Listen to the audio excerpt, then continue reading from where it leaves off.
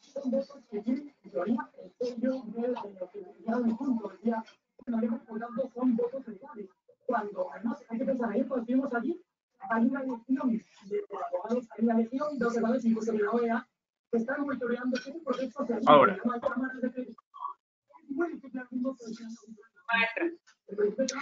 La muñeca negra. Le pedí a Dios una muñeca, pero no me la mandó. Se la pedí tanto y tanto, pero de mí no se acordó. Y cuando le dije a mi mamá, me dijo, pídesela duro a Dios. Y me hinqué de rodillas, pero a mí no me escuchó. Se la pedí a mañanita, antes de brillar el sol, para que así tempranito me oyera primero a yo. Yo quería una muñeca que fuera de mi color, con ese chocolate y la piel como un carbón. Y cuando le dije a mi tata lo que estaba pidiendo yo, me dijo que muñeca negra, el cielo no manda a Dios. Pedazo de trapo que hacer tu muñeca vos. Yo, muy tristecita, me fui a un rincón porque quería una muñeca que fuera de mi color. Mi mamá, muy angustiada, de mí se apiadó y me hizo una muñeca. Como yo a un rincón porque quería. Muchas gracias. Que fuera. Gracias a ustedes. Buenas tardes a quienes nos acompañan esta tarde. Este es un espacio pensado para reflexionar sobre los aportes de los grupos étnicos a la cultura y desde esta perspectiva queremos invitarlos a reflexionar sobre una aromática, un café, un arrechón, un pipilongo, lo que tengan a la mano con el objeto de compartir en esta tarde sobre estas reflexiones pensadas en clave del aporte de los pueblos indígenas, de la población afrodescendiente a la cultura colombiana. Este tinto con la ONU es una oportunidad para seguir reflexionando sobre las temáticas comunes en el marco de los 75 años de la Organización de Naciones Unidas, y desde esa perspectiva queremos invitar a tres grandes referentes de la literatura, la música y las artes para que nos cuenten hoy cómo es que los grupos étnicos han contribuido al desarrollo cultural de nuestro país. Mi nombre es Lady Angulo Marínez, yo soy la coordinadora adjunta del Programa de Inclusión para la Paz de USAID, implementado por la Organización Internacional para las Migraciones, OIM. Es un placer para mí acompañarlos en calidad de moderadora y pedirles y insistirles en que por favor se aprovisionen de un tinto, una aromática, un café, un pipilongo, lo que consideren necesario para poder disfrutar de estos grandes tratados. Como pueden darse cuenta, estamos aquí en cabeza de tres grandes referentes. Está la maestra Mari Grueso, escritora, poetisa del departamento del Cauca, exactamente de Guapi. Tenemos al maestro Benjamín Hacanamijoy, del pueblo Inga, del departamento del Putumayo, maestro en artes, y tenemos uno de los grandes referentes nacionales desde todas las perspectivas de la música, el maestro Rafael Ramos Caraballo. Ellos hoy van a acompañarnos para reflexionar, dialogar y generar unas apuestas en torno a lo que es el aporte de los grupos étnicos en las apuestas culturales. Muchas gracias por acompañarnos. Pero más que mencionarlos, yo quiero que ustedes sean los que se presenten, que nos cuenten un poco qué hacen y por qué es necesario hablar y reflexionar sobre el aporte de los pueblos étnicos a la consolidación cultural de nuestro país. Así que, maestra Mari, denos ese honor, cuéntenos un poquito quién es usted y por qué nos podemos destacar su trabajo. Maestra, ¿nos escucha?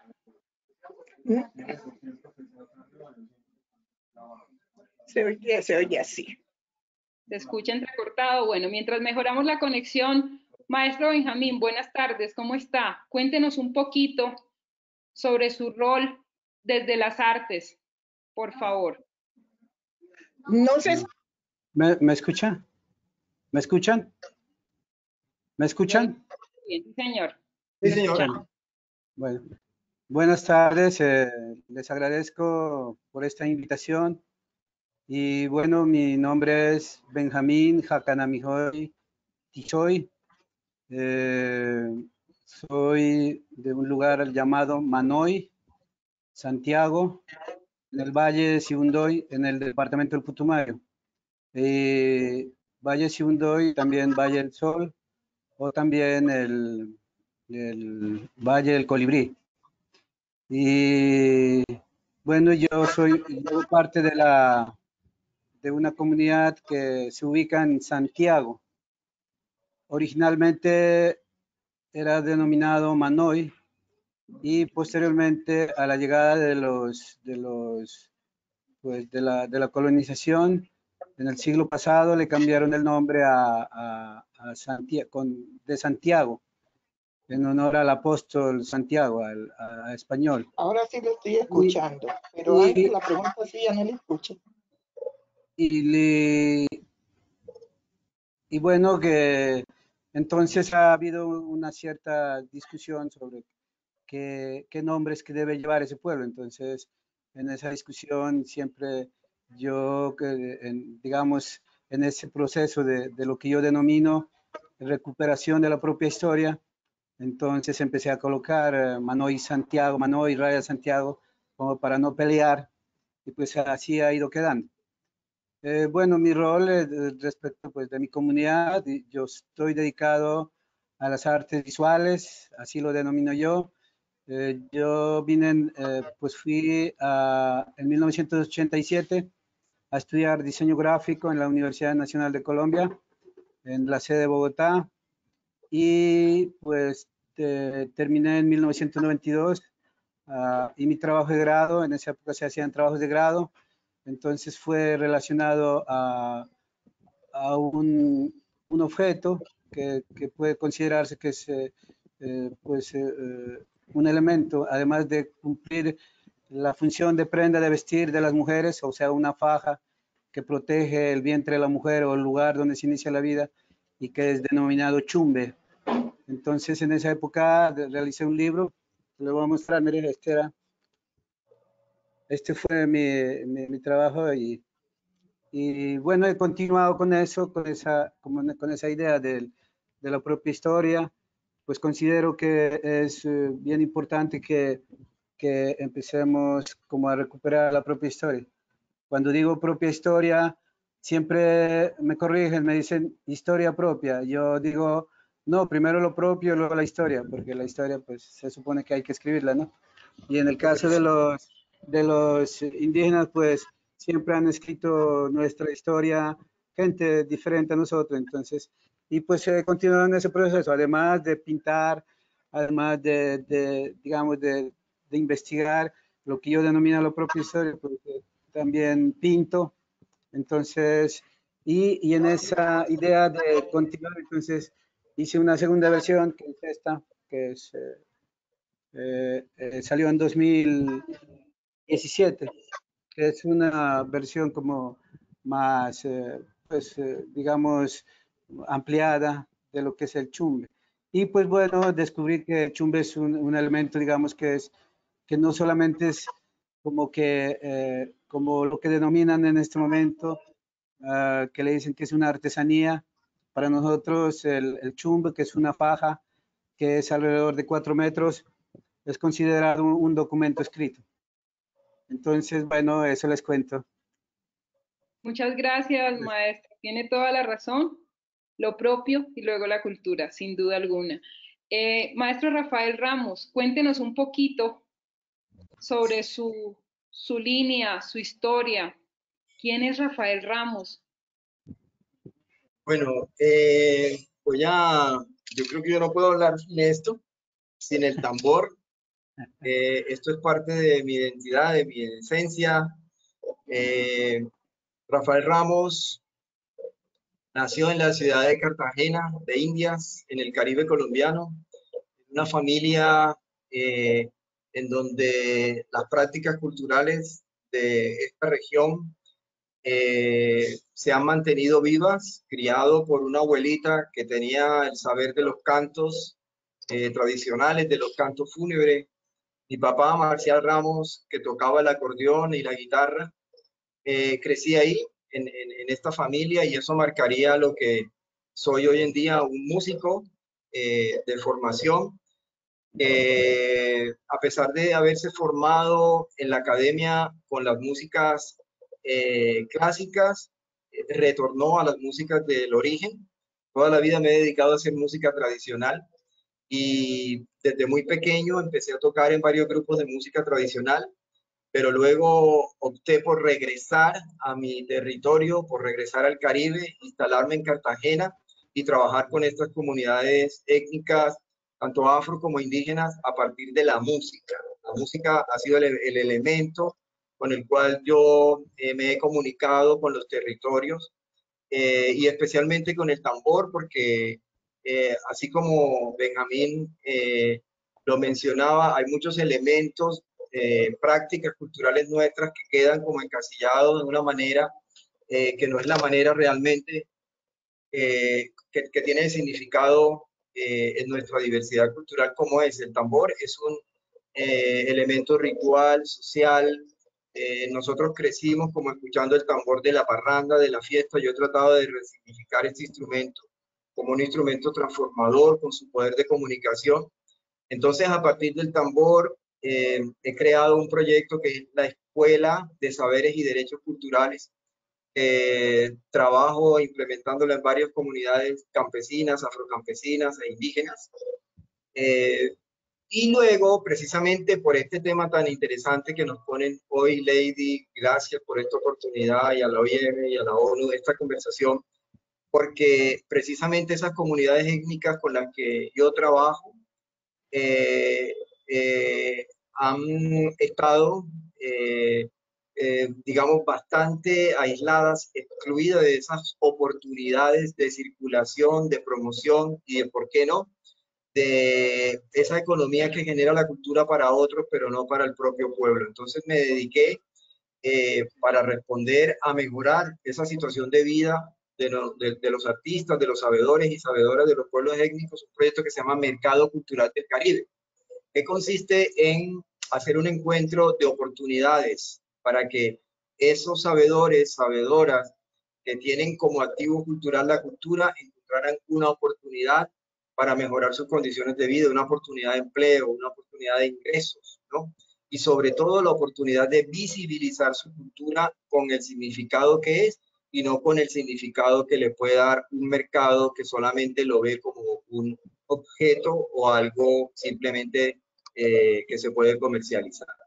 Entonces, eso hago, me dedico a enseñar con los viejos, los niños, los jóvenes, las prácticas culturales de los pueblos, a convertir todo eso en material etnoeducativo, así como Benjamín, de la cultura propia o de la propia cultura, para que nuestros niños y jóvenes crezcan con el conocimiento de lo que somos, ¿no? De esa diversidad, de lo que significa, y todos los niños y niñas se sientan orgullosos y orgullosas de lo que son, de su etnicidad. Por eso me encanta el poema de la muñeca. La muñeca ya la hemos tenido en nuestras escuelas precisamente porque teníamos problemas con las niñas del autorreconocimiento. Así que esos elementos, como la maestra Mari, la literatura, como el maestro Benjamín, desde su trabajo artístico también, el mío, lo he basado en el tambor. Muchas gracias, maestro Rafael Ramos. De verdad es un placer tenerlo en este espacio. Y damos la palabra a la maestra Mari Grueso Romero. Cuéntenos, maestra, quién es y por qué es tan importante hablar de literatura para los pueblos étnicos de nuestro país. Muchas gracias, doctora Lady. Es un placer poder estar aquí en este espacio donde están los sabedores. Y bueno, La literatura es importante en este país porque siempre ha estado la literatura en nosotros. No teníamos la grafía, pero la creábamos. Y la creábamos porque nosotros nos inventábamos nuestras coplas, nuestros versos, nos inventamos todas esas cosas que los cuentos, y de alguna manera todo eso es literatura. La literatura nuestra ha aportado en grado superlativo a este país, al crecimiento de este país, porque todo nosotros lo hemos transmitido de manera oral. Ahora estamos utilizando la grafía porque ya estamos en otro espacio, pero y esa relación entre lo indígena, ahora cuando oía al compañero Benjamín hablando del chumbe, yo me chumbé cuando tuve mis hijos. O sea que todavía yo utilicé el chumbe. Pero entonces, quiero decirle que Mari Grueso Romero es una maestra, poeta, escritora, narradora oral, colombiana, nacida en Guapi, Cauca, residenciada en Buenaventura, que le apuesta mucho a lo que tiene que ver con nuestra identidad, con nuestra cultura, con nuestra idiosincrasia, y que en estos últimos tiempos he estado directamente relacionada con los niños, trayendo esa cultura de nuestras comunidades, poniéndosela al servicio de todo un país, y no solamente del país, sino del extranjero también. El asunto de las muñecas negras, que nació a partir del poema que acabé de declamarle, está relacionado con la forma de vida del negro en el Pacífico. Nosotros no teníamos muñecas, entonces las mamás se reinventaron los juguetes, y uno de los inventos de los juguetes fue hacernos muñeca de trapo. No todas las niñas tenían la opción de tener muñeca de trapo como yo, porque mi mamá era modista y me las hacía, pero otras niñas que no tenían esa oportunidad, la mamá le mandaba a hacer muñecas a los panaderos, es como hacerla de plastilina, y luego esa muñeca se bautizaba y se comía. En las comunidades negras hemos valorado mucho lo que es el compadre. Y el compadre es una persona que uno considera que tiene un nivel ético y moral muy importante, que uno puede darle a bautizar sus hijos. Entonces nosotros igual hacíamos eso, tomando esa parte de la religión judío-cristiana, que los niños hay que bautizarlos, como no había sacerdote en todos los pueblos, había que echarle agua del socorro. Esa agua del socorro era el agua natural que se tomaba una vasija, y se ponía la muñeca en esta posición y se le echaba un poquito de agua aquí. ¿Quién la tenía aquí? La madrina. El padrino tenía la vela y el vaso con el agua. Le echaban en la cabeza de la muñeca, le echaban agua y le decían, en el caso de la muñeca, en el caso de las personas, se le rezaba 3 credos o 3 Padre Nuestro. Y nosotros no rezábamos credo ni Padre Nuestro, sino que le decíamos, María Corcoma, yo te bautizo y yo te coma. Entonces nos comíamos. Las muñecas de plátano las comíamos. Los muñecas de plátano, que también son los que vienen dos plátanos gemelos, o la pega, la pacha, todos los nombres tienen. También los papás, cuando conseguíamos un plátano gemelo, no lo dábamos, lo poníamos a madurar, lo envolvíamos en hojas de maíz, para hacer la equivalencia a lo que se hace hoy con los periódicos para madurar rápido un aguacate. Qué bueno. Entonces, cuando ya estaba maduro, entonces cogíamos, reuníamos también los muchachos más cercanos, las personas que uno consideraba que eran, pues, tenían las cualidades para ser compadre, y bautizamos la muñeca de esa forma. A esta la bautizamos, pero no le decíamos María Corcoma, yo te bautizo, yo te coma. Era apenas la de plátano y la de pan. Como nosotros los negros, no puede haber un bautizo sin fiesta, nosotros armamos su fiesta. En esa fiesta, ¿qué iba a encontrar usted? Arrullos. Los arrullos son cantos de juego, de danza, que se hacen en Navidad reemplazando los villancicos. Nosotros en vez de villancicos arrullábamos.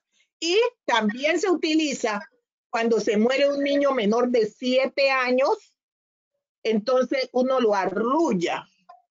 Hace lo que llaman en el Pacífico Sur, lo llaman, en el norte le llaman gualí, y en el sur lo llaman chigualo. Vamos a chigualear. ¿A quién vamos a chigualear? Cuando alguien se ha muerto.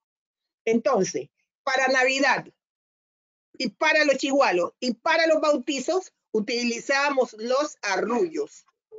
¿Por qué nosotros utilizamos esa fiesta cuando nos muere un niño menor de 7 años? Porque se nos quedó la costumbre de principio de que vinieron los negros acá, porque esos niños, las mujeres negras salían en embarazo y esos niños no le pertenecían. Cuando nacían eran para el amo, entonces ellos disponían de ese niño, lo podían vender, los marcaban con hierro caliente y le colocaban el escudo en la pared donde ellos quisieran, en la espalda donde ellos quisieran. Para una madre era muy doloroso ver que su hijo se lo marcaba con hierro candente. Oírlo, ese era como agarrársele las mismas entrañas viendo lo que hacían con sus hijos. Entonces, ¿qué hicieron estas mujeres? Se ponían de acuerdo, nosotros llamamos a mangualar, con las comadronas y ahogaban al niño en el momento de nacer. O sea que ese niño, cuando nacía, ya nacía muerto. No dejaban que naciera, cuando venían naciendo trataban de detenerlo hasta que el niño se ahogaba. Y al ahogarse, el niño nacía muerto, entonces bueno. Y venía la fiesta, ¿por qué? Porque nos sentíamos felices de que los niños se murieran y se fueran pues a la otra vida y no que se quedaran acá de esclavos. Nunca quisimos ser esclavos. Entonces, eso es el proceso de las muñecas y por eso sigo haciendo muñecas. Y ahora, ¿qué es lo que estoy haciendo? Muñecas y estoy haciendo otras actividades para implementar lo que es la pedagogía en el aula. Qué bueno escucharla y qué bueno escucharlos a los tres. Como podrán darse cuenta, estamos en manos de tres grandes referentes de lo que significa la cultura en nuestro país, pero especialmente el aporte de los pueblos étnicos a la construcción de esa identidad cultural nacional.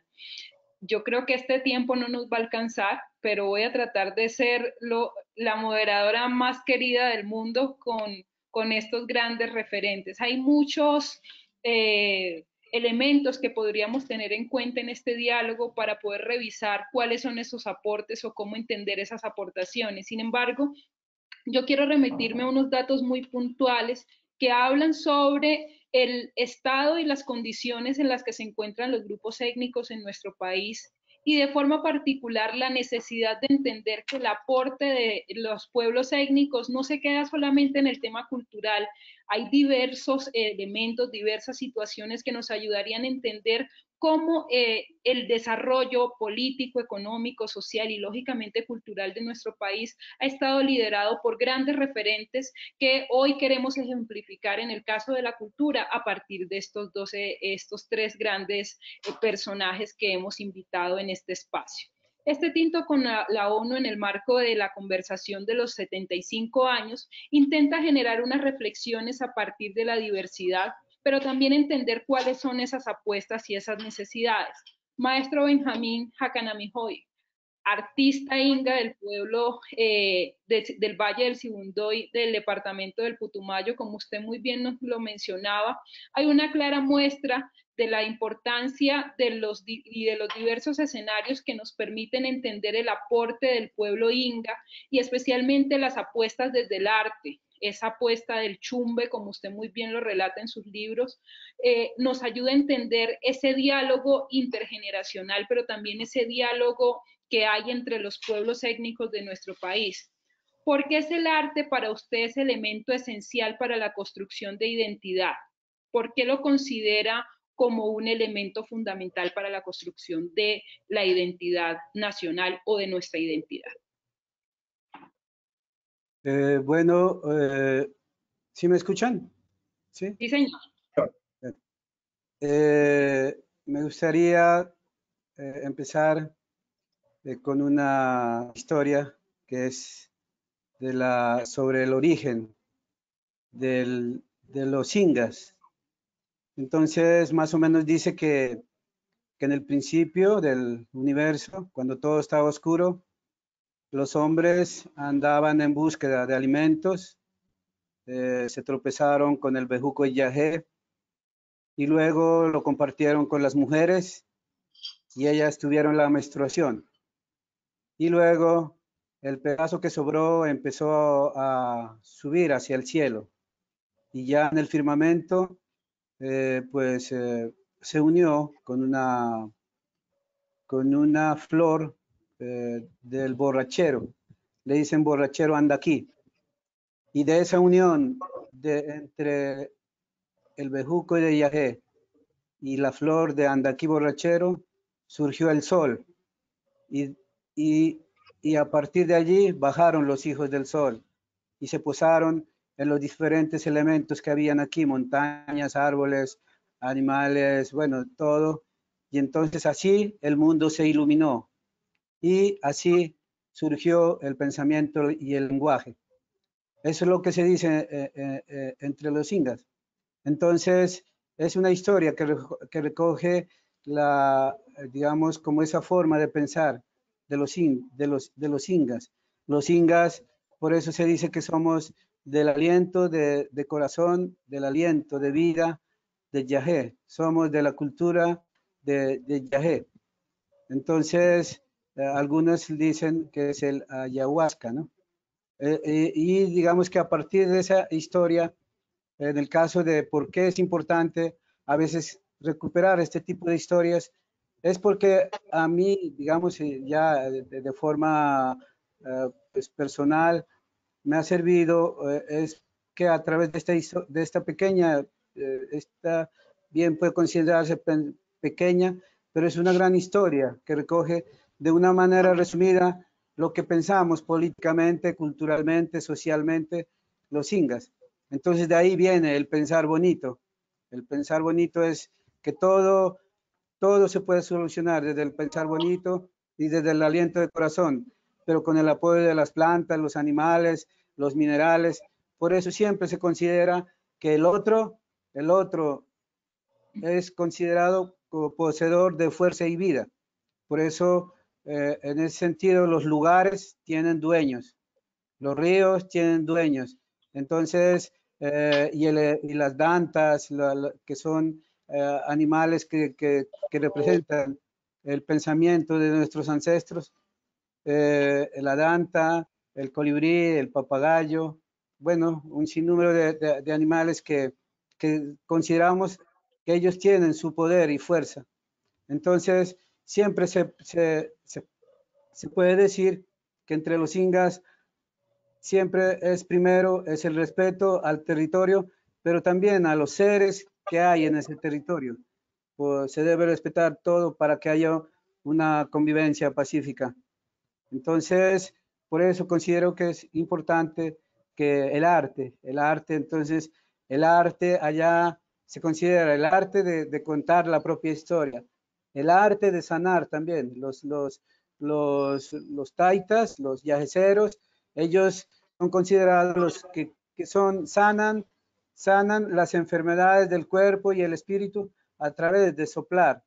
Entonces, se dice el arte de sanar a través del soplo. Entonces, a través del soplo se retiran y se atraen los buenos espíritus. Entonces, también está el arte de tejer. Y quien sabe el arte de tejer son en su mayoría mujeres. Entonces, las mujeres que saben el arte de tejer son muy expertas también en el arte de contar la propia historia, en el arte de tejer la vida. Quien es experta en el arte de tejer y en el arte de sembrar, decir, en el arte de tejer, es una buena sembradora.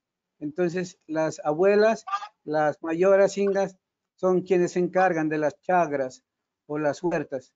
Las huertas, hay diferentes tipos de huertas, hay pequeños, grandes, hay unas que es como muy especial, que se llama las chagras de las plantas de saber. Entonces, en ese tipo de plantas, decir, de chagras, se siembran lo que se denominan los chundures, cuyanguillos y binanes. Los binanes son hojas o plantas para animar el espíritu de una persona.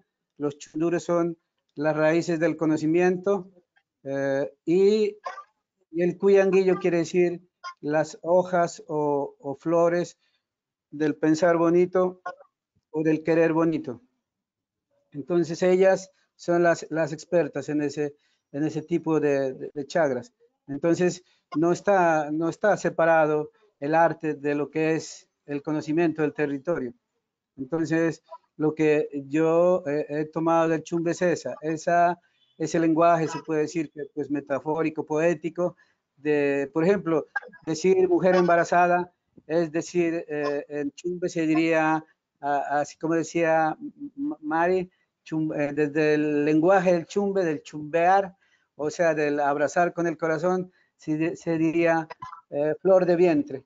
Así se denominaría a una mujer embarazada. Entonces, esa forma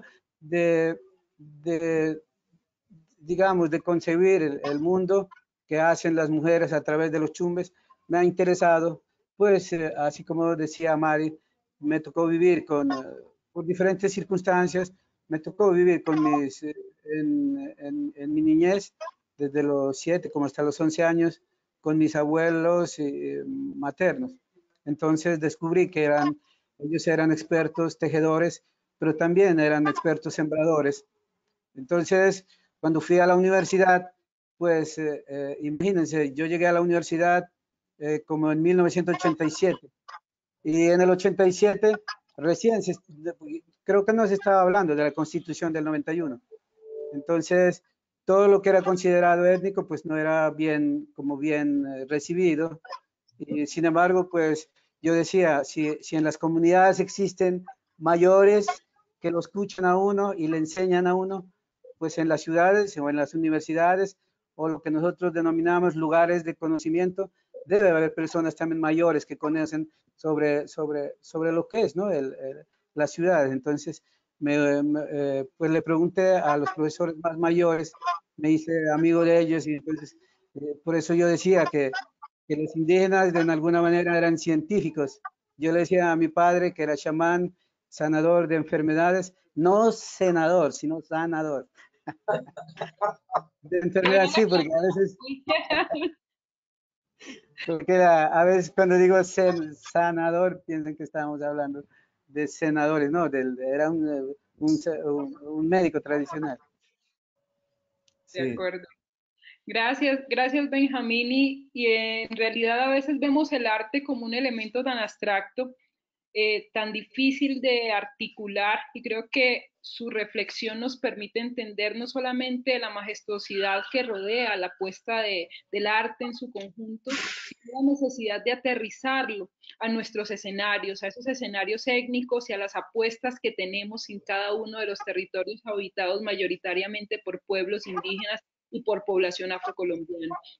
Así que yo quisiera preguntarle o contarle al maestro Rafael Ramos, según la UNESCO, los ingresos generados anualmente por las industrias culturales y creativas ascienden a más del 2.5 billones de dólares en Estados Unidos, generando cerca de más de 30 millones de empleos en un mundo donde hay unas apuestas globales y principalmente donde hay personas vinculadas entre los 15 y los 29 años.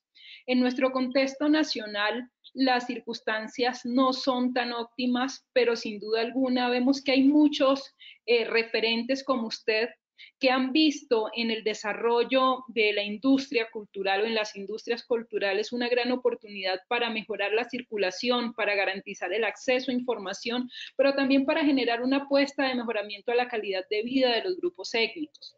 Es así como entendemos cómo hay diversos procesos que se están tejiendo en territorios locales o en territorios como Cartagena, como el Valle del Cauca, en la zona de la Orinoquía, sin desconocer otras apuestas en el centro del país. Y para allá, maestro, quisiéramos preguntar cuáles son esas oportunidades, pero también cuáles son esos retos que genera la economía creativa a partir de la promoción de la diversidad cultural. Muchas gracias, Lady. Yo encontré la pregunta muy a lo que estoy dedicado, pero una gran dificultad para responderla. Porque, bueno, primero, conozco las cifras de UNESCO desde hace muchos años y me sorprendió mucho cuando veía esas cifras porque decía, esto no nos incluye. Estas cifras no están incluyendo a la diversidad cultural representada por los pueblos étnicos colombianos.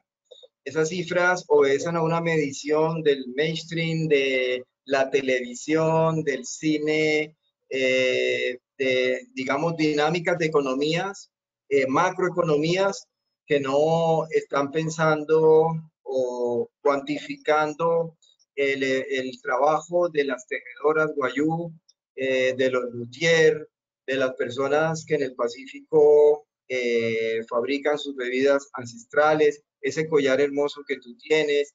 Todo eso es parte de la diversidad cultural nuestra, el resultado de nuestras prácticas culturales, de nuestra ancestralidad.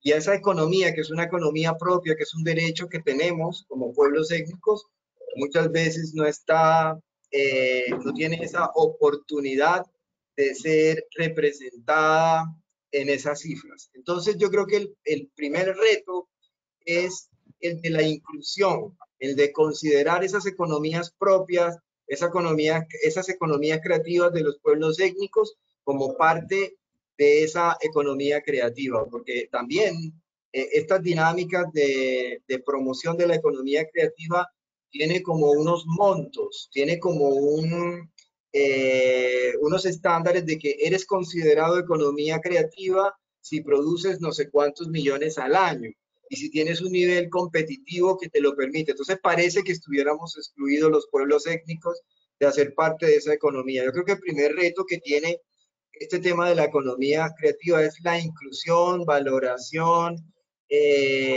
por la diversidad de la cultura étnica.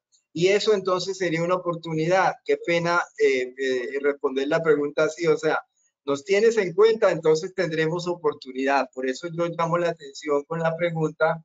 Y esa respuesta, por ejemplo, fue lo que yo encontré en el mercado cultural del Caribe. Cuando yo empecé a hacer el mercado cultural del Caribe, con facilidad llegaban ofertas de industrias culturales y creativas del Caribe, con facilidad, que tenían promoción en la web, que tenían portafolios digitales, que tenían.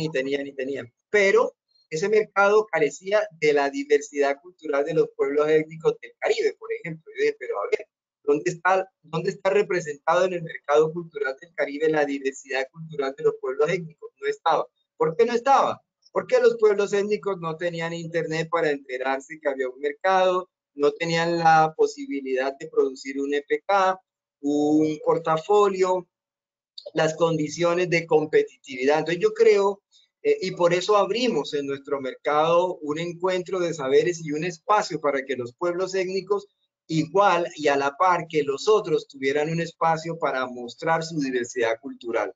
Entonces aquí el mayor reto es la inclusión, la valoración de la economía propia dentro de esas economías creativas, ¿sí? Eso es un espacio que tiene reto el Estado en valorar, en incluir esas economías propias, esas economías creativas dentro de esta macroeconomía que también ahora llaman naranjas.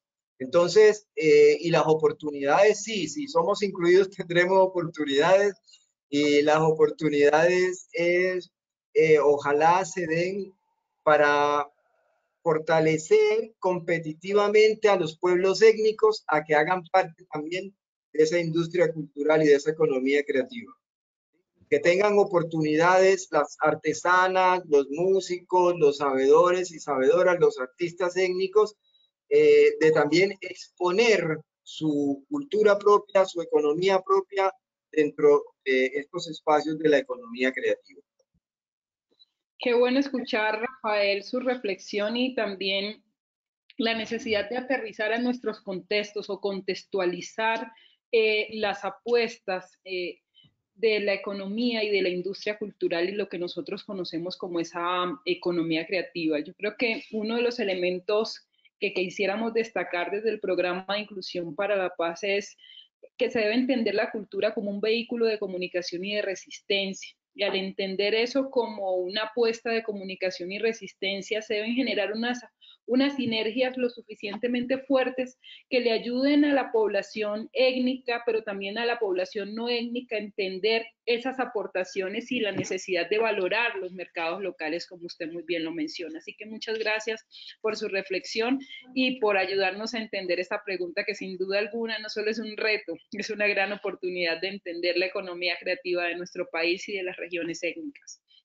Maestra Mari, hay muchas cosas que yo pudiese preguntarle, pero entendiendo también todo el proceso de acompañamiento y esa ejemplificación que nos hizo hace un rato sobre la literatura y la base estructural de la misma en el contexto de los pueblos étnicos, yo quisiera preguntarle cómo espera que sea el futuro de la diversidad desde la perspectiva de la literatura. ¿Cómo podríamos orientar? ¿Me escucha? Ahora sí. ¿Cómo podríamos orientar ese futuro de la diversidad cultural en clave de la literatura?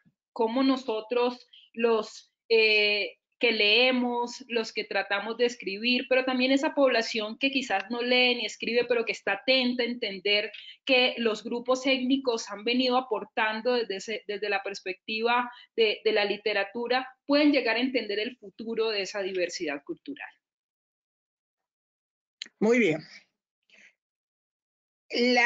Los grupos étnicos venimos de la oralidad y siempre hemos estado marcados por la parte oral. La parte oral, la vista, el tacto, el oído, el olfato, esos han sido nuestros maestros que han contribuido con la oralidad, que es que expresamos en un momento dado todo lo que nos llega por los 5 sentidos. Mi mamá me enseñó a preparar el arroz, que lavara el arroz, lo echara en la vasija que lo iba a cocinar y midiera una pulgada.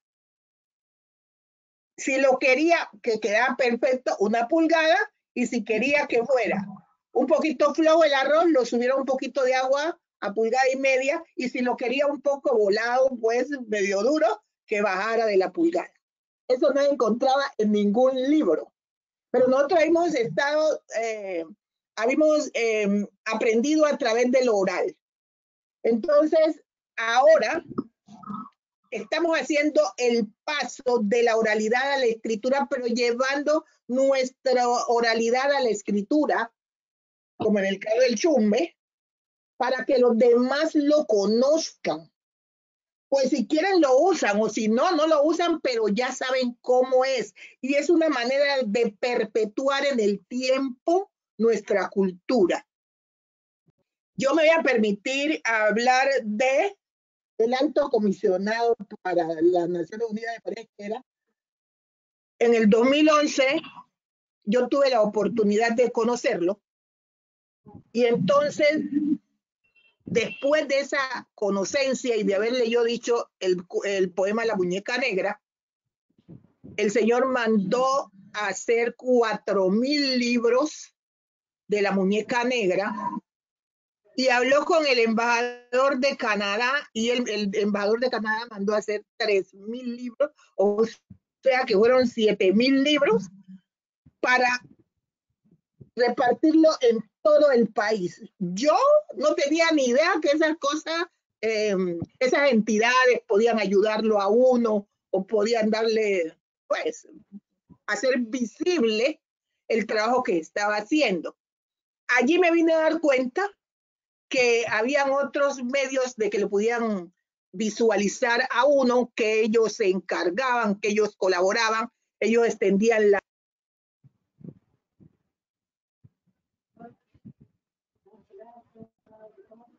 Maestra, la dejamos de escuchar. de los que me regalaron, y me voy a permitir leerle un poquito para decir que yo he sido afortunada con estas entidades que han mirado mi trabajo y bueno, me han colaborado.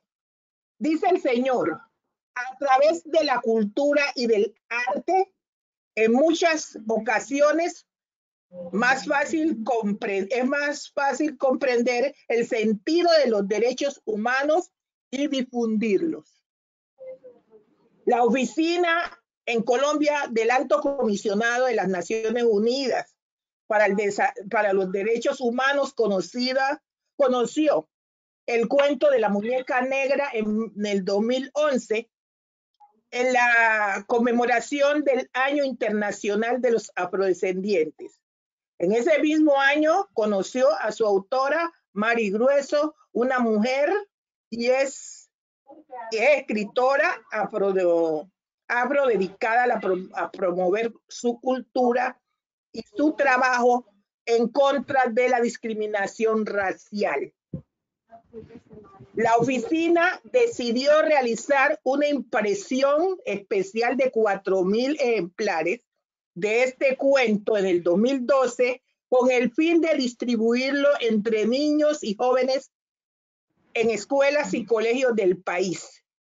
Queremos que este cuento facilite la comprensión de respetarnos a todos y a todas como iguales, además de acercarse a la riqueza cultural y a la diversidad que tiene Colombia.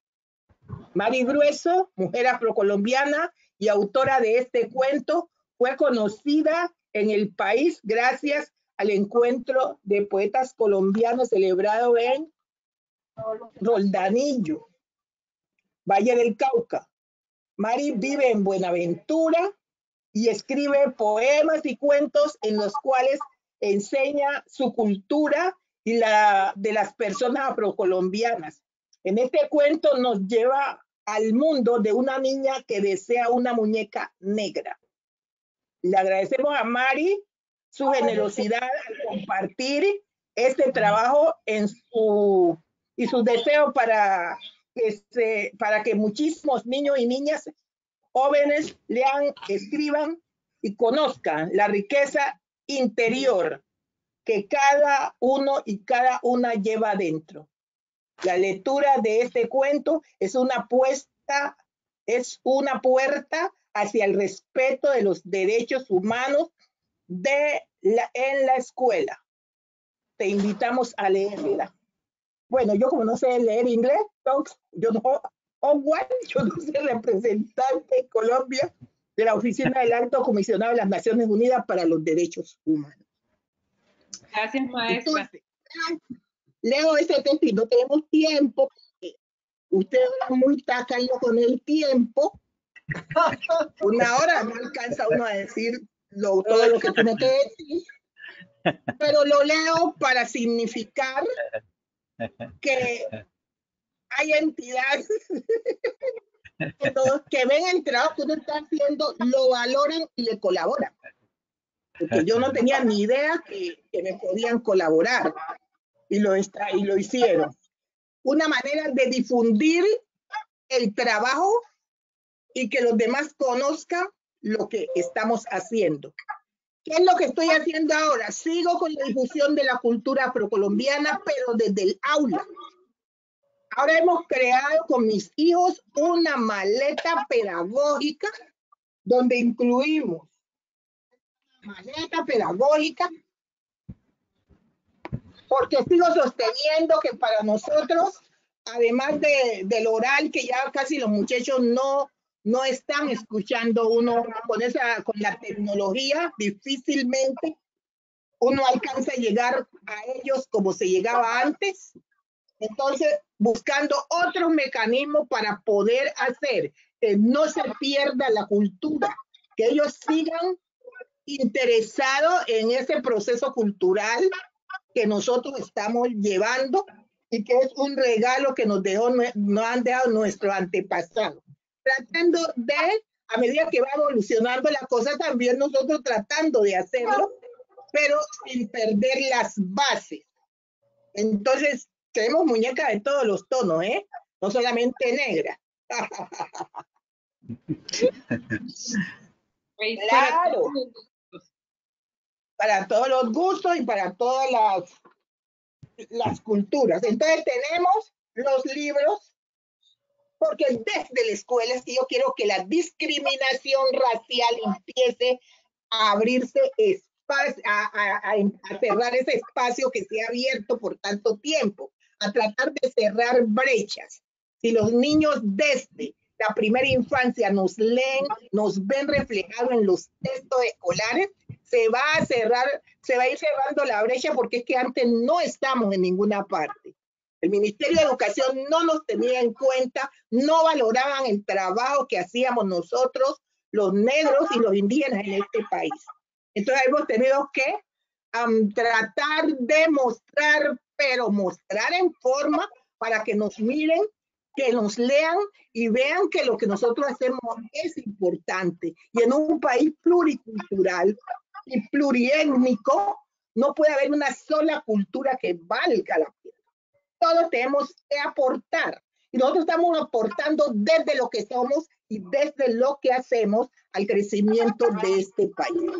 Como la doctora Lady tuvo tanta caña, entonces pues yo lo dejo hasta ahí. Maestra, una hora es muy corta cuando nos acompañan tan grandes personajes. Así que se nos está acabando el tiempo y yo sé que me toca hacer de tacaña, pero pues es parte de mi rol aquí. Pero no quiero que este espacio se cierre sin preguntarles a los tres si estuviésemos tomándonos este tinto con el secretario general de Naciones Unidas, y cuál sería ese mensaje que ustedes le quisieran entregar a él o algunas organizaciones de la cooperación internacional que ayudara a reflexionar sobre los desafíos que afronta la protección de la diversidad cultural en nuestro país. Yo quisiera empezar con el maestro Rafael Ramos. Cuéntenos, si tuviésemos ese espacio con el secretario general y con algunos de los representantes de los espacios de cooperación internacional del sistema de Naciones Unidas, ¿cómo abordaríamos ese tema, maestro? Yo quiero decir que me identifico muchísimo con lo que dijo Mari. Yo creo que Mari en su intervención ahora le dio un fuerte, contundente y rápido resumen a la conversa. Mari, gracias por tus reflexiones. Yo me identifico mucho con lo que dijo Mari. Yo cuando Mari hablaba dije, ya, listo, la última, la del tinto. Yo me identifico mucho con Mari porque creo que uno de esos grandes retos, y en lo que pudiéramos de pronto, si yo tuviera la oportunidad de sentarme a tomarme este tinto con el secretario general de las Naciones Unidas, es que hay que hacer mucho énfasis, cuidado en la formulación e implementación de programas que contribuyan a ese trabajo que María hablaba, de la implementación de la cultura propia o de la etnoeducación, y eso tiene que ver con la producción de los materiales. La producción de los materiales para que eso se pueda hacer y se pueda llevar a todas las instancias educativas y en la diversidad de pueblos de nuestro país. Le diría también que hay que crear esos espacios, ¿no? Y eso con la cooperación internacional. Ahora estamos haciendo unos podcasts hermosos con la OIM sobre celebrando la literatura, que van a llegar a mucha gente, pero eso es como uno de los temas que es importante. Yo, cada vez que veo esos temas en las noticias de los abusos de niñas indígenas, de todos esos problemas de racismo. Dijo, al país nos hace falta que seamos educados en la diversidad, porque en la medida en que seamos educados en la diversidad vamos a respetar y a entender el otro y la otra. ¿Por qué Mari tiene el cabello así? ¿Por qué el maestro habla así? ¿Sí? ¿Por qué el guayú se viste así? ¿Por qué esa falta de conocimiento de la cultura propia? Porque no estamos educados en la diversidad. Somos un país de una gran diversidad, pero no nos educaron sobre eso. Y por eso no respetamos la diversidad. Entonces, de los temas que yo tendría para ese tinto es cómo podemos trabajar para la implementación, ¿no?, de programas que fortalezcan la educación propia, el reconocimiento del sabedor y la sabedora como una persona que tiene los conocimientos para transmitir, la promoción para la producción de los materiales educativos, para que esa diversidad étnica se vea, se promocione. La mujer étnica es una mujer portadora, ¿sí? Una mujer, los programas de mujeres étnicos son programas que se tienen que fortalecer. Pero yo realmente me enfocaría en que hay que hacer grandes encuentros, inclusive internacionales y nacionales, para poner esa diversidad cultural el nivel de la educación, que el país la conozca. Yo siento cada vez, cuando vemos noticias de estas violaciones sobre los derechos humanos en pueblos étnicos, también siento culpa porque como país no hemos educado a nuestra sociedad a entender que somos un pueblo diverso y que nos tenemos que respetar. Aquí seguimos separando y separando, excluyendo, y no uniendo y no entendiendo la diversidad y por qué esa diversidad debe ser respetada, y ahí tendremos una sociedad más en paz y equitativa. Sin duda alguna. Gracias por sus palabras. Maestro Benjamín, cuéntenos, por favor, si estuviese con nosotros en este tinto o en alguna de los espacios con alguno de los representantes de las organizaciones adscritas al Sistema de Naciones Unidas, ¿cuál sería ese comentario o esa reflexión que usted realizaría desde el arte, desde esas apuestas que hoy nos ha traído a la mesa o a este tinto, que tanto nos hablan sobre la protección de la diversidad cultural? Bueno, pues me uno también a Mari y a Rafael, y pues yo creo que es muy importante, sobre todo, reconocer, ¿no? Primero, pues creo que lo más importante es que nosotros rescatemos y reconozcamos, o sea, que recobremos esa historia, esa propia historia que digo que no ha sido contada, que siempre ha sido pues como, digamos, de pronto puede sonar fea la palabra, pero que la han falseado, ¿ya? Entonces, ese es pues mi forma de pensar, y digamos que eso es lo que he visto en el caso en el Valle de Sibundoy, con los ingas, y pues más en el caso de los ingas, que es un pueblo que por diferentes circunstancias, pues de lo que yo decía, de la colonización del siglo pasado, más digamos que se enfatizó, digamos, que la colonización, la mano de obra barata de los indígenas. Entonces muchas familias enteras pues salieron a diferentes ciudades del país, y los ingas pues nos pueden encontrar en Cartagena, en Barranquilla, en Maicao, en todo lado. Entonces los ingas somos alrededor de 15.000, pero en el Valle de Sibundoy creo que somos alrededor de 7.000 los que vivimos, ¿no? Otros por diferentes circunstancias, pues como de salir a estudiar o de otras actividades, pues están en las ciudades. Entonces, que considero que pues es muy importante eso de que bueno, ya hay programas, pero a veces, por ejemplo, tengo a veces no estoy de acuerdo en que se llame al arte de tejer, por ejemplo, que se le denomina artesanía, porque pues yo siempre digo que entre comillas es como un de menos precio, ¿ya? Es que la artesanía es de menos precio, pero luego viene de menospreciar, ¿no? Entonces, ese tipo de cosas son, digamos que a veces no es, algunos no lo consideran tan importante. Dicen, no, no, es que no, una palabra pues no cambia, pero sí, a veces, pues en ese sentido que yo le digo de, por ejemplo, que yo ya hablando ya de una experiencia artística que me ha sucedido en estos últimos años, es que este año, por ejemplo, se considera que es el año de,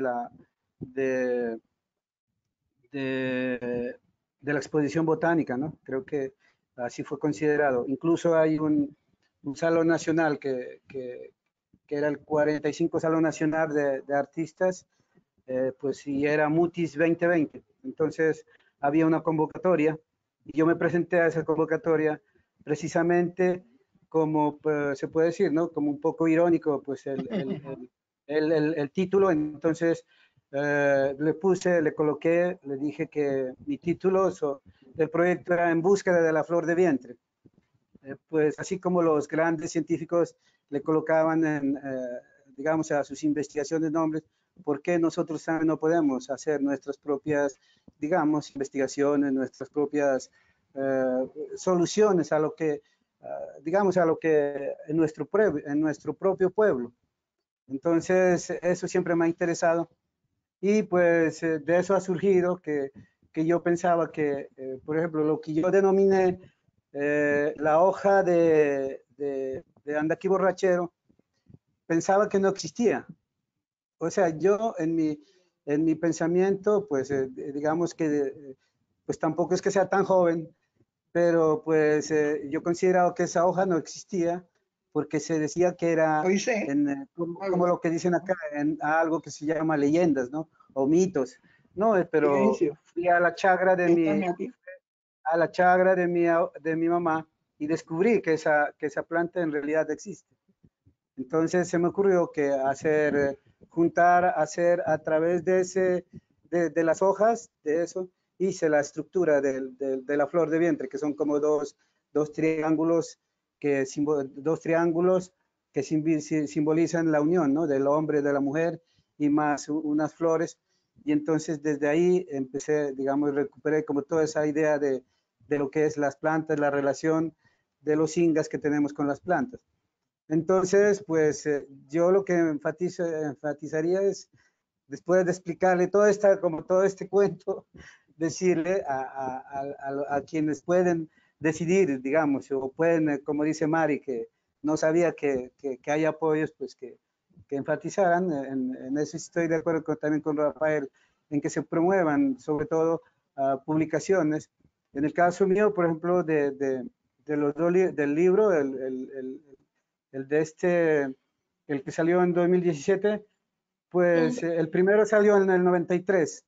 Posteriormente el segundo libro, después de casi 24 años, porque yo fui a todas las editoriales, pero a nadie le interesaba la forma en que estaba hecho, porque pues en ese proceso digamos que de descolonizar, entonces yo no puse los textos en forma digamos, en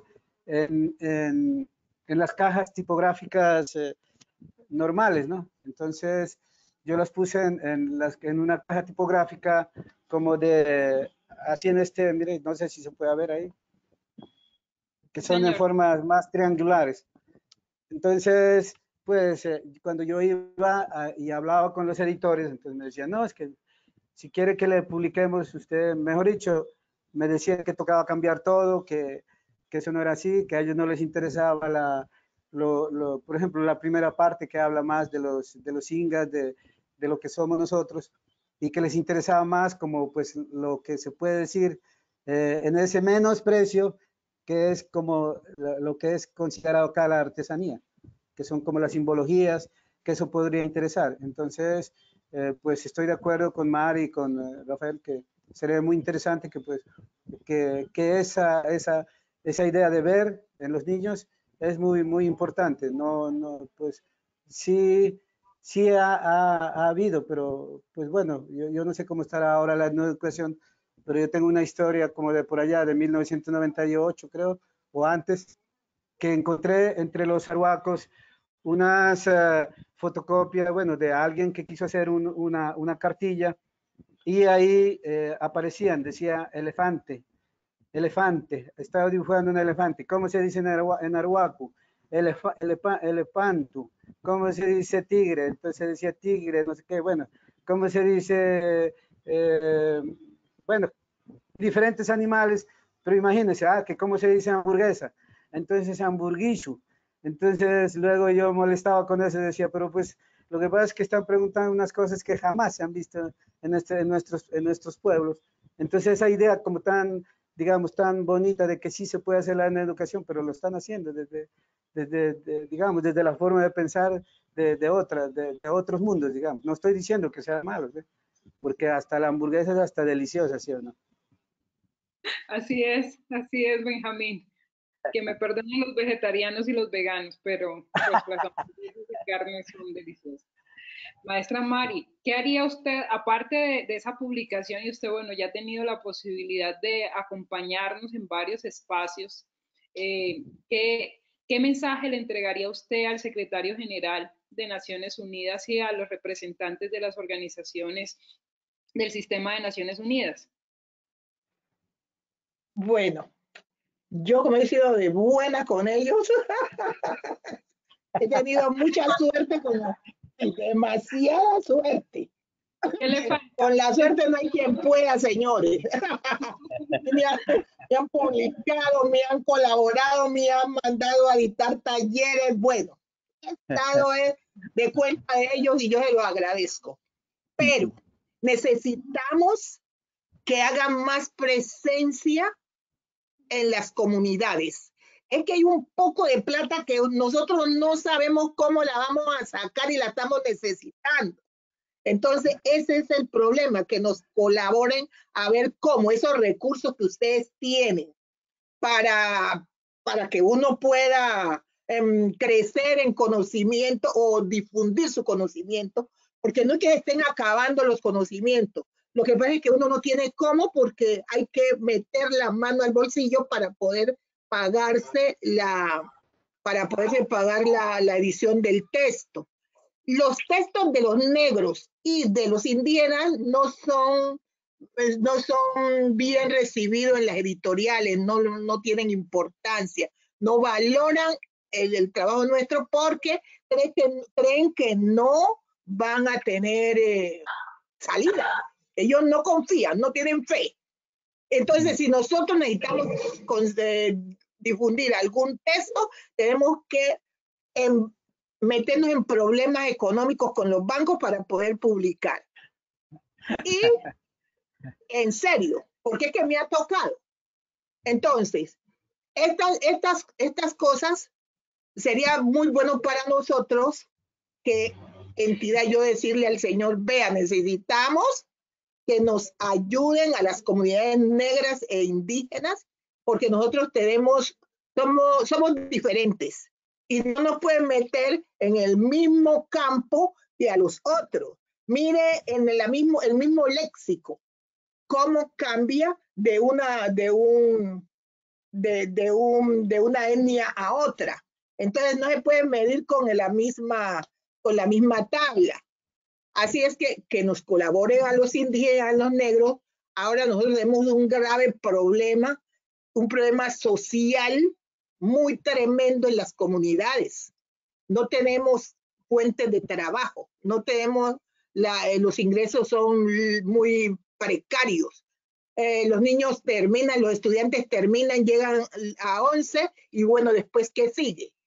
Tenemos que buscar alguna manera de poder conseguir el sustento diario, de cómo pueden haber como organizaciones que nos ayuden con talleres, como digo, algo que nos dé talleres que uno pueda, cuando termine, puede ponerlos en práctica y nos puedan dar algún dinero, ¿no? Que no sé, pero bueno, él entenderá lo que le quiero decir.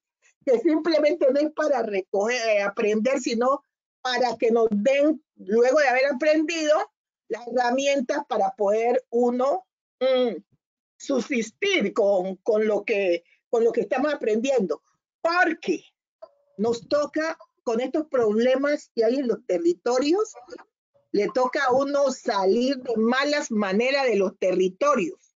Entonces el pancoger se queda allá y como no tenemos conocimientos bien definidos para estar en las grandes urbes, en su mayoría, pues, entonces vamos a pasar trabajo. A ver cómo hacen ellos para que nosotros no salgamos de nuestros territorios y tengamos cómo sostenernos.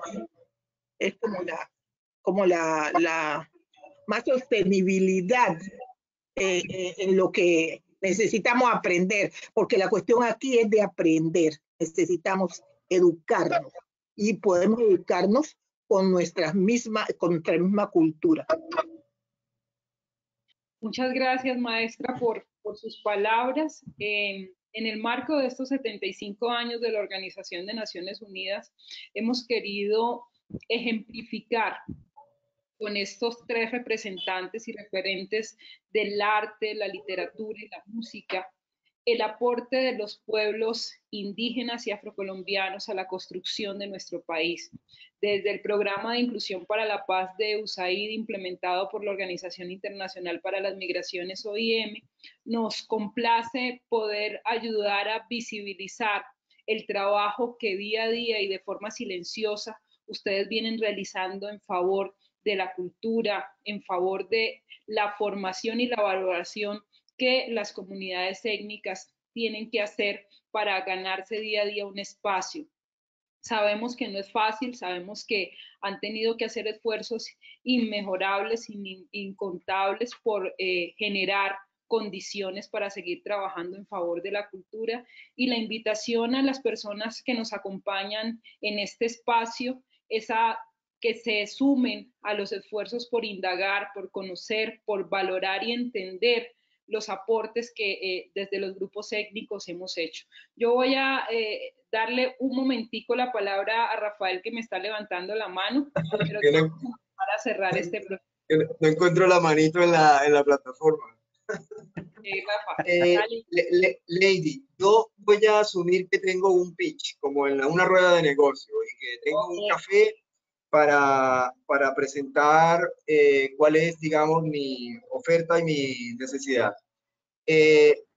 Nosotros estamos pensando en hacer en el 2022 una macro rueda de negocios que una a los pueblos y a varios países para promocionar nuestra cultura, para encontrar oportunidades que artistas como el maestro Benjamín, que escritoras como Mari o tantos que tenemos en el país, que músicos del Pacífico, de Palenque, de esos territorios étnicos, tengan un encuentro con países, por ejemplo, en el caso nuestro, en el área del Caribe, un encuentro durante 2, 3 días, tengamos espacios como estos, no de 1 hora, sino ojalá de sentadas con tabaco, de sentadas con bichi chirrinchi, de sentadas con nuestros académicos, de sentadas con nuestras universidades, unos conciertos en nuestras plazas donde podamos poner a la exposición de algunos inversionistas extranjeros, de gente que trabaja la cultura, de organizaciones como ustedes, que apoyan la cultura, de cooperación internacional, procesos de mujeres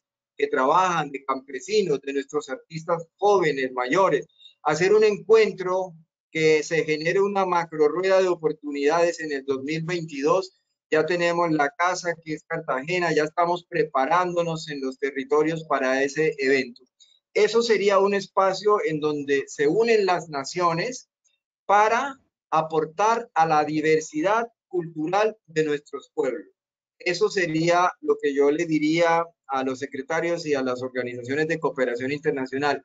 Más cuando vamos a pasar un periodo en el que muchos de los que trabajamos el tema de diversidad cultural no hemos podido trabajar y no vamos a poder trabajar durante mucho tiempo por tema pandemia que hemos tocado.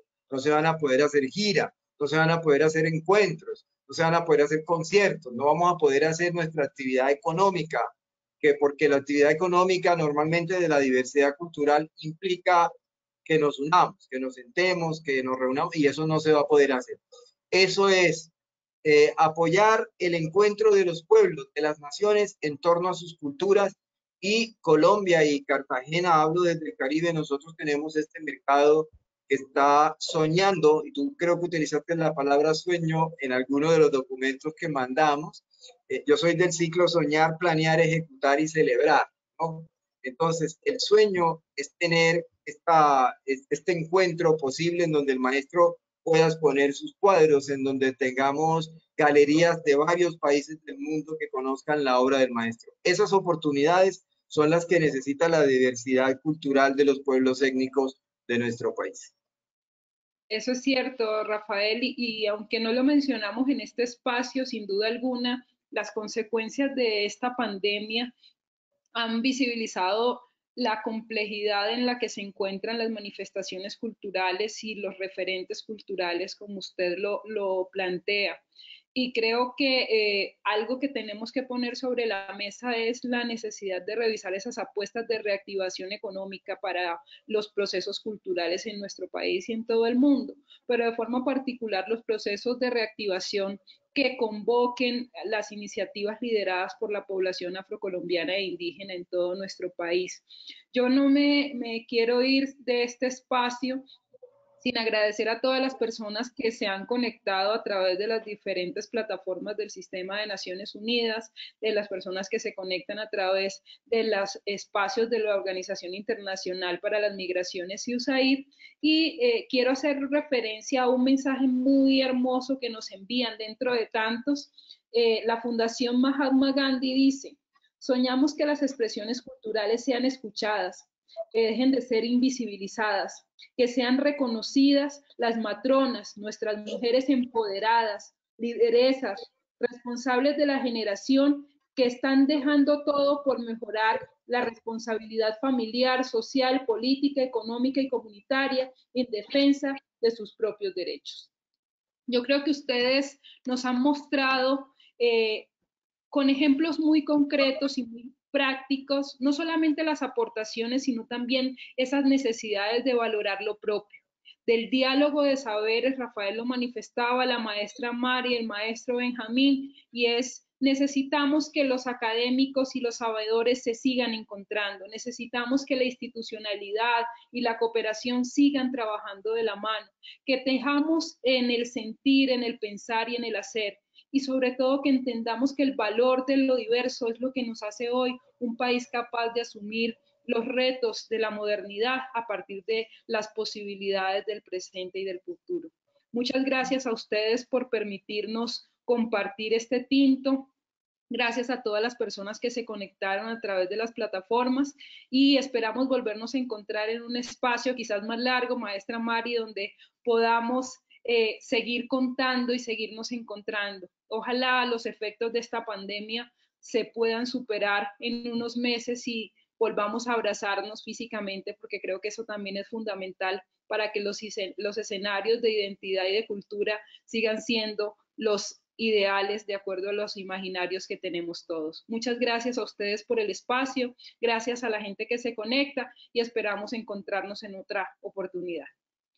Muchas gracias, Lady. Muchas gracias. Gracias. Un abrazo.